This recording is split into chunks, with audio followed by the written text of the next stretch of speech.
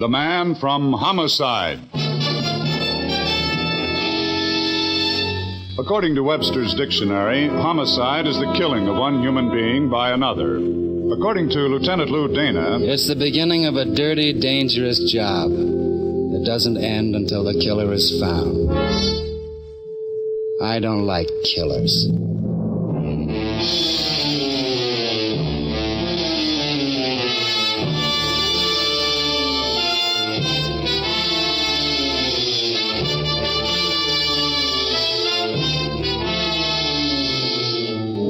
Every week at this time, the American Broadcasting Company brings you transcribed the star of stage and screen, Dan Duryea, as Lieutenant Lou Dana, the man from Homicide.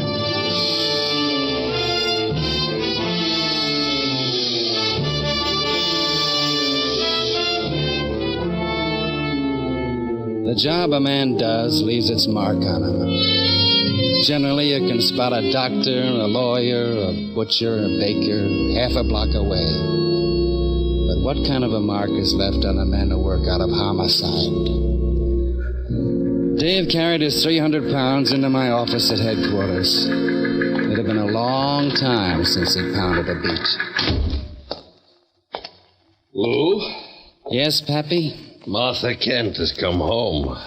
Martha Kent? Yeah, she was spotted coming into the Cleveland train, picked up, and... Where is she now? Her apartment. Couple of men are covering. Now all we gotta do is let a little time pass, and we've got Eddie Kent, Lieutenant. Like that? Well, he can't keep away from her, whatever it costs him. She must be, interesting. Oh, I seen her once a couple of years ago. I'm an old fat cop, Lou, but I'm glad she never smiled at me. Eddie Kent killed 3 men we know of. The last one was a bank job we can pin on him. Dave? Yeah, Lieutenant?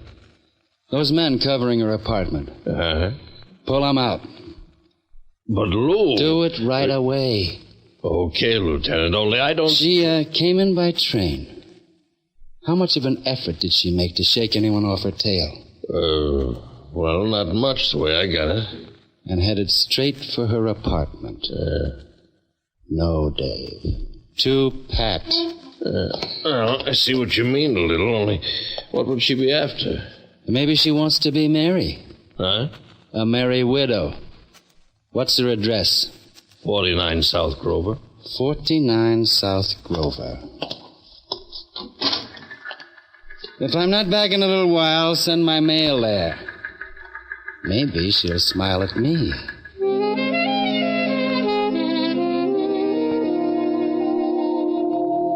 I spent the trip to South Grover thinking about Eddie Kent. After I got finished thinking about him, I wished there was a way a man could wash his mind out. Martha Kent would be what? Something shrill, in heels an inch too high, brassy hair, a runway figure? Yes? No. Something a lot more dangerous. What? Excuse me. Mind if I come in? Well, who are you? The name's Dana. Oh. That's right. Lou Dana. There's nothing much I could do about keeping you out, is there? Nothing much. Come in. Well? Eddie in? You should know. Don't your men tell you things? I took 'em off you. You did what? Sent 'em back to the precinct. Why?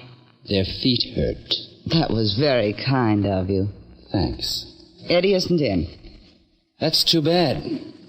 Do you plan on waiting for him here? No. Do you?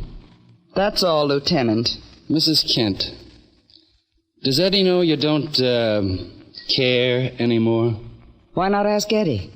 Because he doesn't know. That was when she turned her back on me. Being a cop blunts the finer sensibilities. I only noticed your stocking seams weren't crooked. I'm tired. I'm going to bed. If you like, you can tuck me in. There's probably a police regulation about it. You don't have to worry. I wouldn't like. Oh, you wouldn't. Good night, Mrs. Kent. Eddie should be along any time now, huh? Get out. Sure. She hadn't smiled at me once.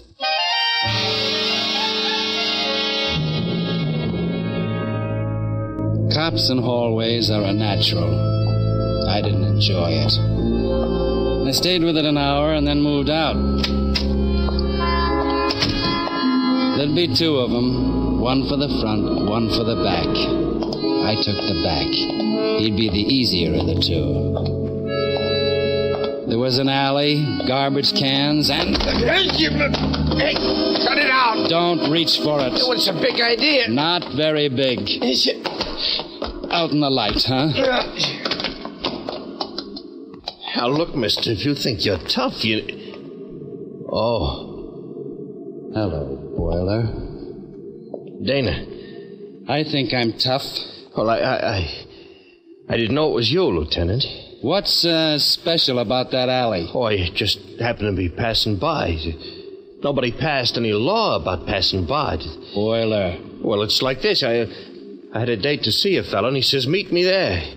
You know, in that alley. Let's go down to the precinct. No, you ain't got nothing on me. Would you like to try resisting arrest? You throw me in the can, I'll get a mouthpiece. He'll spring me so fast, you won't... 24 hours before I have to book you, Boiler. Nothing to eat. Nothing to drink. Not even tea. Oh, I'm off this stuff, Lieutenant. I ain't touched a stick and... I'm not narcotics, Boiler. Yeah, I know. Somebody like you, narcotics would be better. They make arrangements. They don't like their arrests to be scraping cement with bleeding fingernails. Lay off, will you? In homicide, we can't accommodate you properly. In homicide, we don't especially care. Guys like you ain't human, Dana. You guessed. Well, Boiler? It's a dame up in that house. Eddie Kent's wife. She's kind of worried he might show. She doesn't love him? I wouldn't know. Orders was he don't get to her. What does he get? I'd say 8 hours before you break. No, look, Lieutenant, it was only a job. They don't tell me anything. They give me orders. And Who gave you orders? I can't, Dana. The precinct. Come on.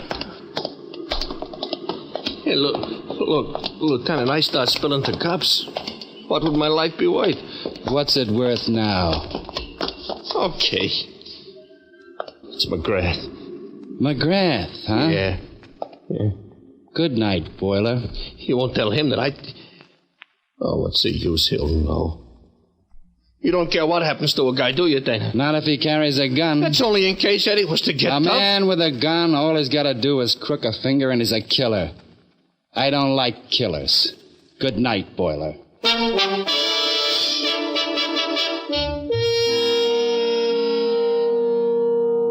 Boiler went back to the alley and the garbage cans. I went to visit Mr. McGrath. Boiler had the best of it. Start with the kid stuff, snatch and run. Knock over a couple of small stores. Move up into hot cars and cold decks.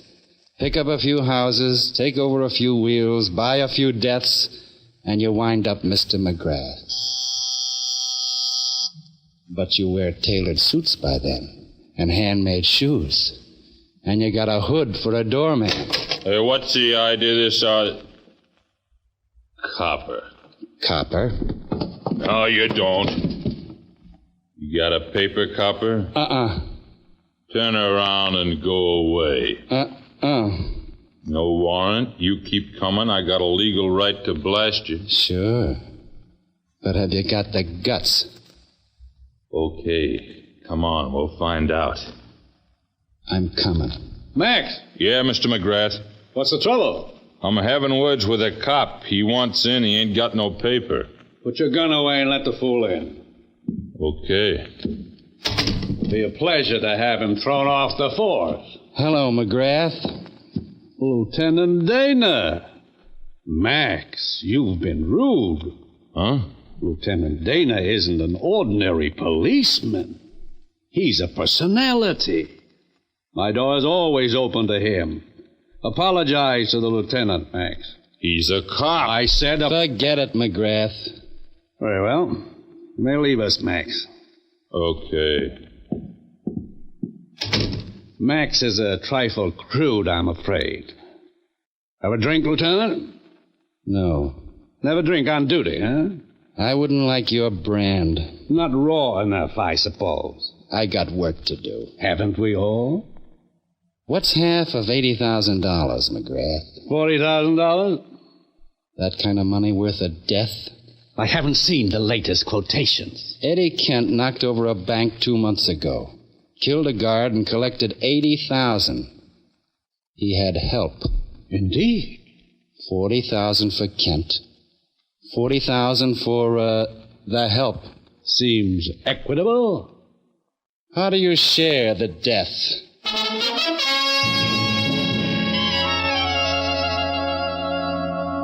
He needed a little time to think for an answer. I looked around. It was a charming room. Mostly Chippendale pieces. Oak paneling on the walls. A small Renoir hung where the sunlight would hit it in the mornings. A girl brushing her hair before a mirror.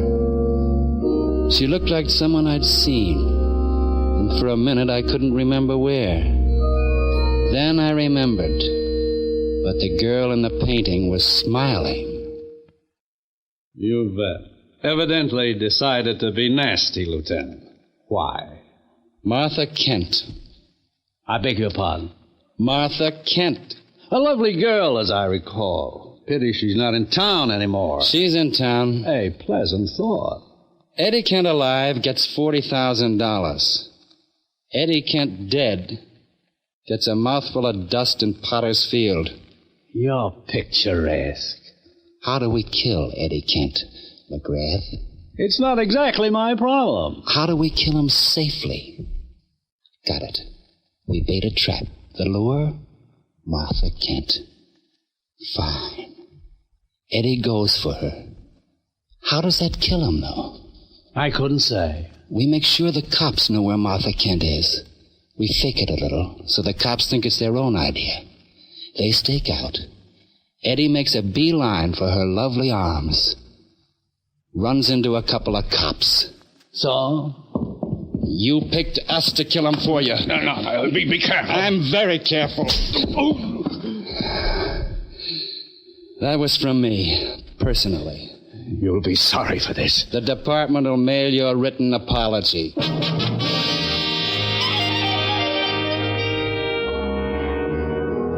Headquarters was where I'd left it.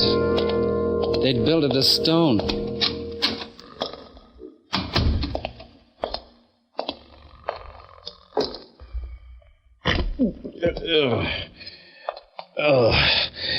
Hi, Lieutenant.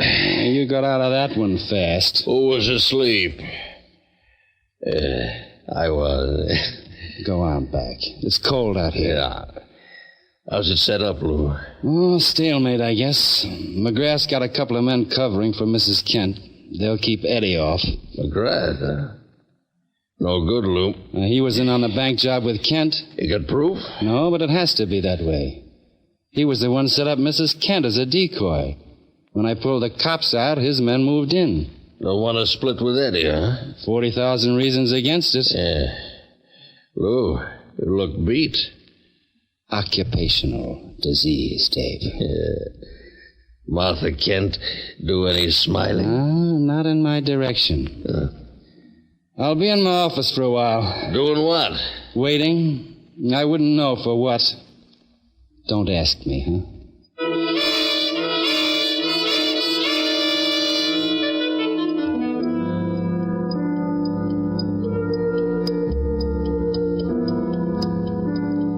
I waited. I thought it might be nice if I had a Renoir. It could be a small Renoir on the wall. I thought what Captain Kowaleski might have to say on the subject. I decided I'd settle for the dirty plaster. Why don't you go on home, Lou, huh? It's an idea. Nothing's gonna happen tonight. Oh, I suppose not.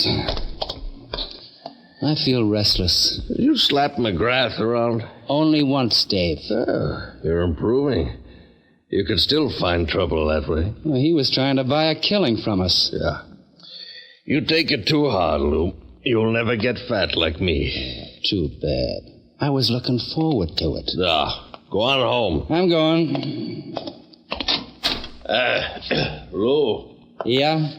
49 South Grover ain't on your way home. What makes you think I might be passing there? Bet you my pension against a peppermint lifesaver. Pappy, I don't like peppermint.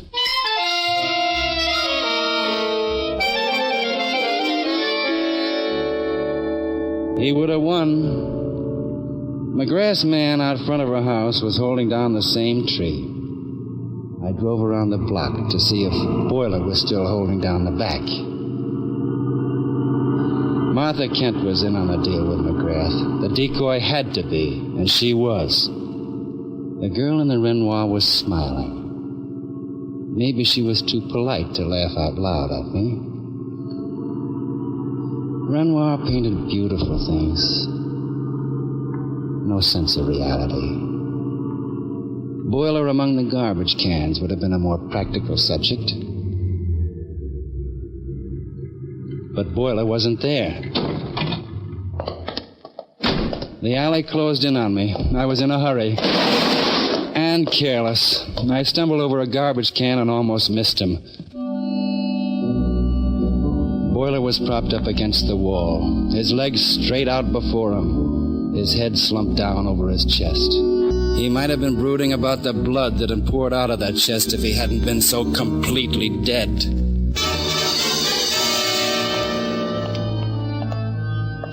I left him there. I wasn't in a hurry anymore. He'd been dead some little while.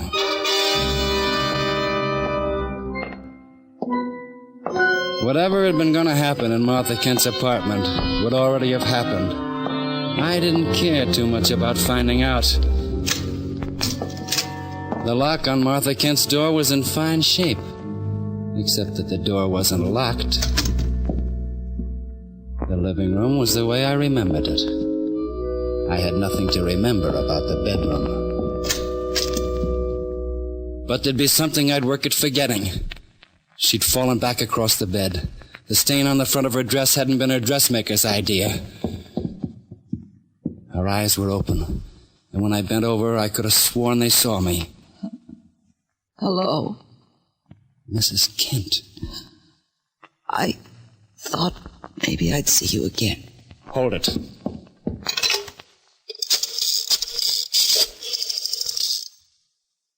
Operator, police emergency. Lieutenant Dana.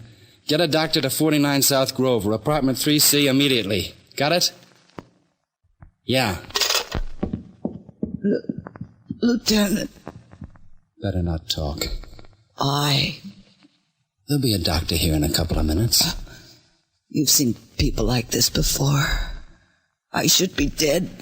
Will you stop? No. What do you want me to do? Think about what my life has been. And what's happening to it now.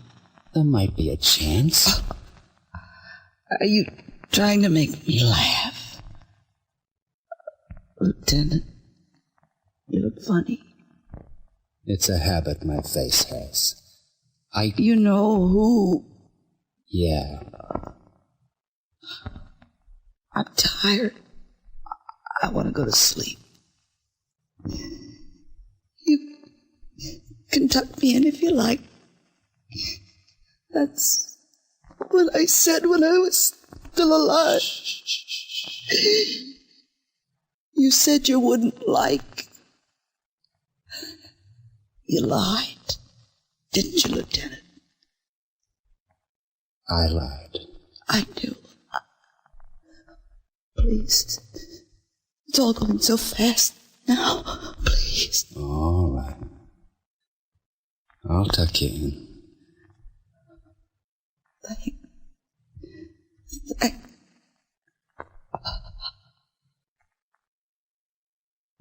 Good night.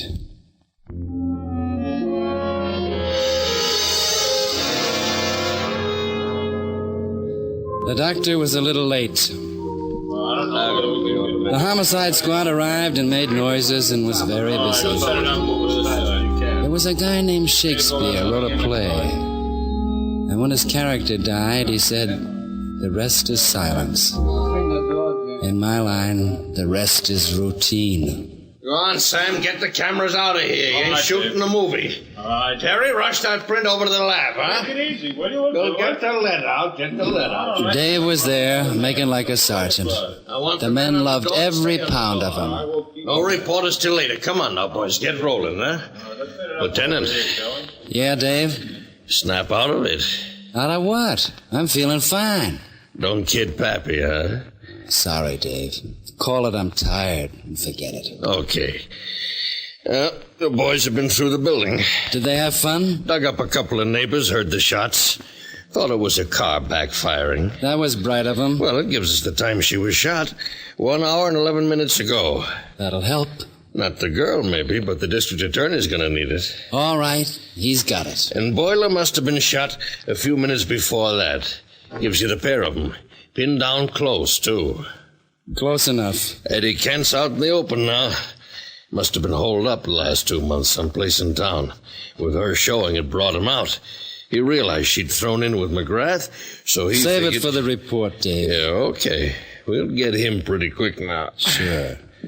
So long, Dave. Lou, where you going? Out. What for? I need a killer.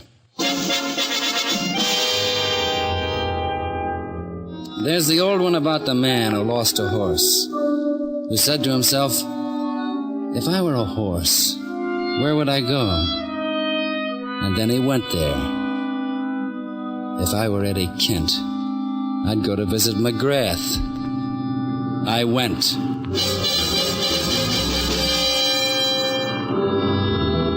It was a nice night. The only thing wrong with it was people. There was a car parked outside of McGrath's house. It pulled away as I came up. I didn't have the patience for a chase, so I cut my wheel and slowed it up. Max was climbing out of the other car, tugging at his pocket. I discouraged him. He fell down. I got the gun all the way out of his pocket. 2 bullets gone. Within very recent history. There was nothing else that moved in the car. McGrath might still be at home. Worrying about his car, maybe. Max, what on earth? Dana. Inside. Now, look here. I said inside. All right. What do you want? Your car's in a bad way. Oh? Well, that crashed. Yeah, I'm a careless driver. You could be drunk. I could be. That won't help your record any. You really think I'm drunk? If you're not, you're insane. Oh, no. We just haven't met professionally before. Max, was he hurt? He'll live. I'm going to call a doctor for him. No. Now, look here. This is a completely preposterous...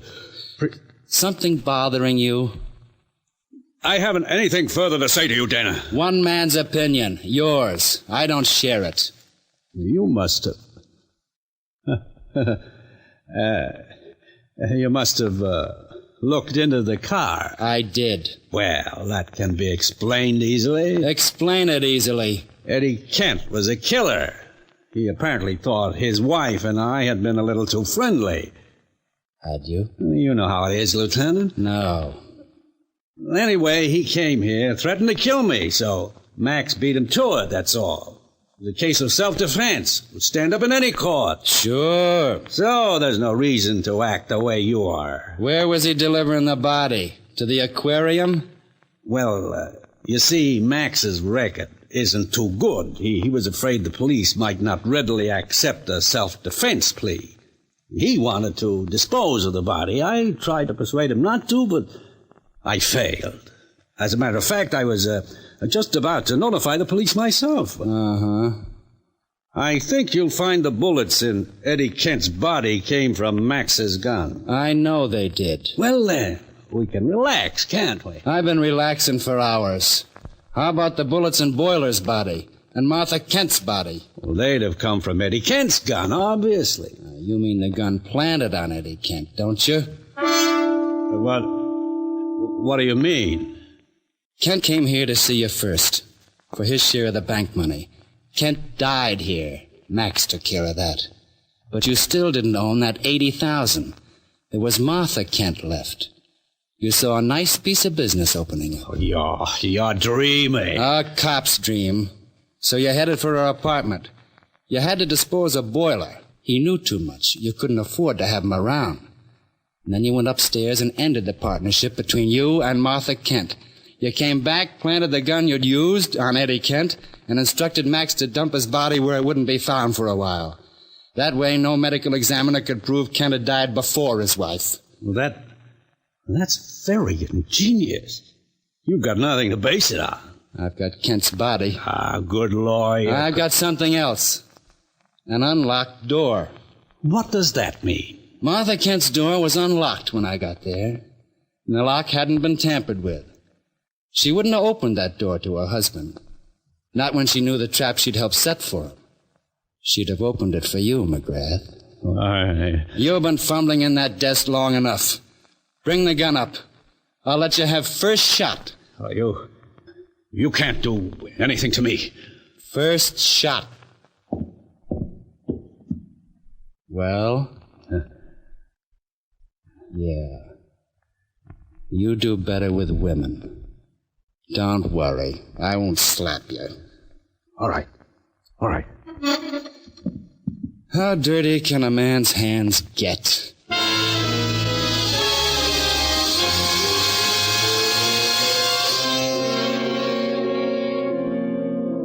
They train you to make out a report when you're a cop. You learn how to put all the facts down in proper order. The names and the times and the places. You do it, and you sign your name, and it's a job that's done. Except where would you mention the fact that a dying girl's last action had been to smile at you? I don't like killers.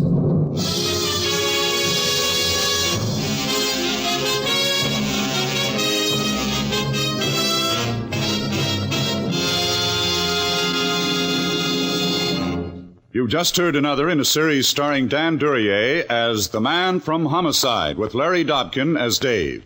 Mr. Duryea can be seen starring in Al Jennings of Oklahoma. In tonight's cast, you heard Gloria Blondell as Martha, Herb Butterfield as McGrath, and Barney Phillip as Max. Music was by Basil Adlam.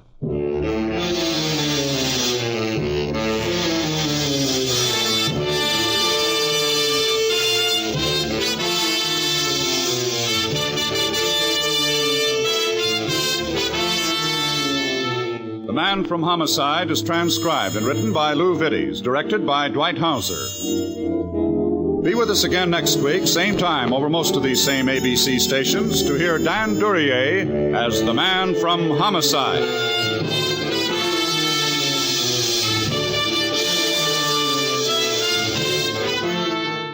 America is sold on ABC, the American Broadcasting Company.